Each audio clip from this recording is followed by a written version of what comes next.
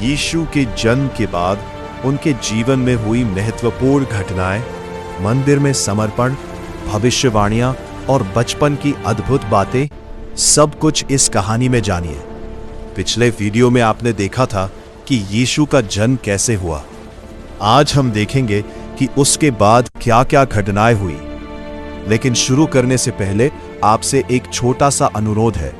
हमारे इस YouTube channel को सब्सक्राइब करें और इस वीडियो को अपने दोस्तों के साथ शेयर करें ताकि प्रभु यीशु की महिमा सब तक पहुंच सके।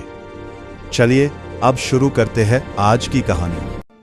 यीशु के जन्म के लगभग 40 दिन बाद उनकी मां मरियम का शुद्धिकरण पूरा होने पर मरियम और यूसुफ बालक यीशु को लेकर यरूशलेम के मंदिर में गए ताकि उन्हें प्रभु को समर्पित कर सके।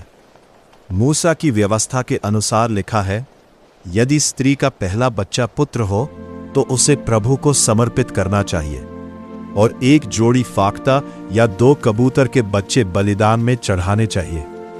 इसी के अनुसार यूसुफ और मरियम ने यरूशलेम जाकर सब विधियां पूरी की। उस समय यरूशलेम में शिमोन नाम का एक धर्मी और परमेश्वर से डरने वाला व्यक्ति रहता था।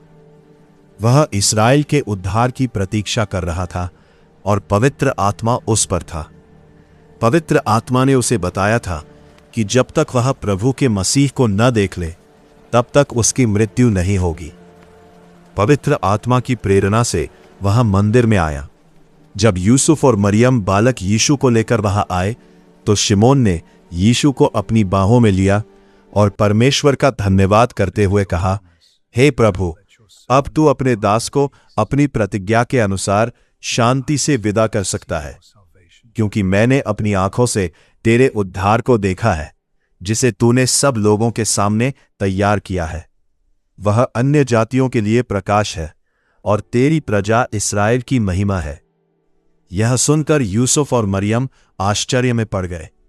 फिर शिमोन ने उन्हें आशीर्वाद दिया और मरियम से कहा कि यह बालक बहुतों के गिरने और उठने का कारण बनेगा और लोगों के मन के विचार प्रकट करेगा, यहां तक कि इससे तुम्हारा अपना हृदय भी दुख से भर जाएगा। उसी समय वहां हन्ना नाम की एक वृद्ध भविष्यवक्ता भी थी। वह आशेर गोत्र की पनुएल की बेटी थी। विवाह के बाद 7 साल तक अपने पति के साथ रहने के बाद वह लंबे समय से विधवा थी और लगभग हमेशा मंदिर में ही रहती थी। वह उपवास और प्रार्थना के साथ दिन रात परमेश्वर की सेवा करती थी। उस समय वह वहां आई और परमेश्वर का धन्यवाद करने लगी और जो लोग यरूशलेम के उद्धार की प्रतीक्षा कर रहे थे उन्हें बालक यीशु के बारे में बताने लगी। इसके बाद यूसुफ और मरियम बैथलेहम लौट गए और कुछ समय वहां रहे। कुछ समय बाद पूर्व दिशा से 3 जानी लोग आए और बालक यीशु को देखा। उनके जाने के बाद प्रभु के एक स्वर्गदूत ने स्वप्न में यूसुफ से कहा, उठो, बालक और उसकी मां को लेकर मिस्र भाग जाओ, जब तक मैं ना कहूं वहीं रहना, क्योंकि हेरोद इस बालक को मार डालने के लिए उसे ढूंढेगा। तब यूसुफ उसी रात बालक और उसकी मां को लेकर मिस्र चला गया और हेरोद की मृत्यु तक वहीं रहा। इस प्रकार भविष्यवाणी पूरी हुई, मैंने मिस्र से अपने पुत्र को बुलाया। जब हेरोद को पता चला कि जानी लोगों ने उसे धोखा दिया है तो वह बहुत क्रोधित हुआ और उसने बैथलेहम और उसके आसपास के क्षेत्रों में 2 साल और उससे कम उम्र के सभी लड़कों को मार डालने का आदेश दिया। इससे भविष्यवक्ता यिर्मयाह की यह भविष्यवाणी पूरी हुई। रामाह में रोने और बड़े विलाप की आवाज सुनाई दी। राहेल अपने बच्चों के लिए रो रही है क्योंकि वे अब नहीं रहे।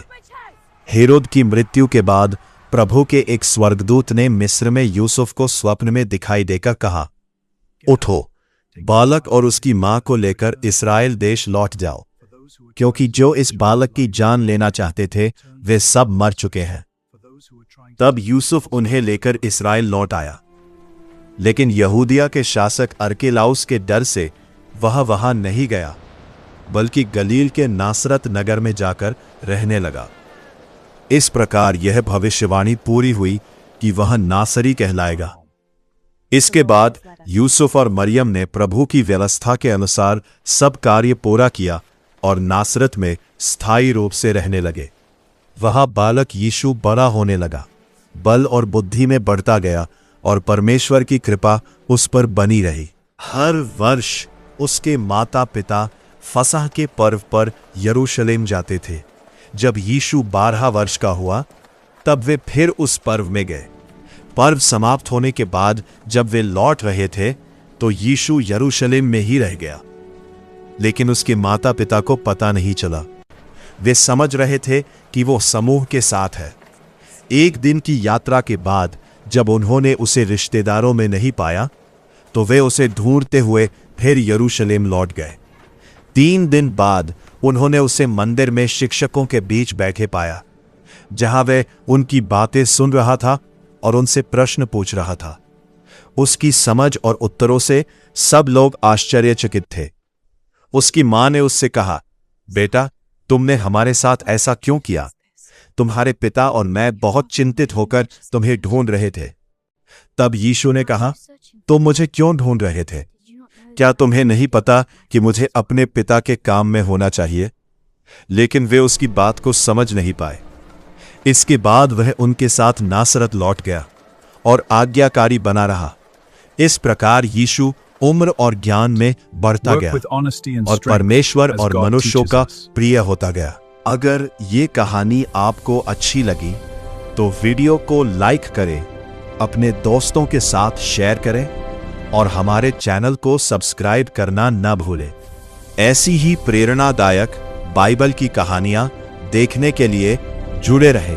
अगले वीडियो में फिर मिलेंगे।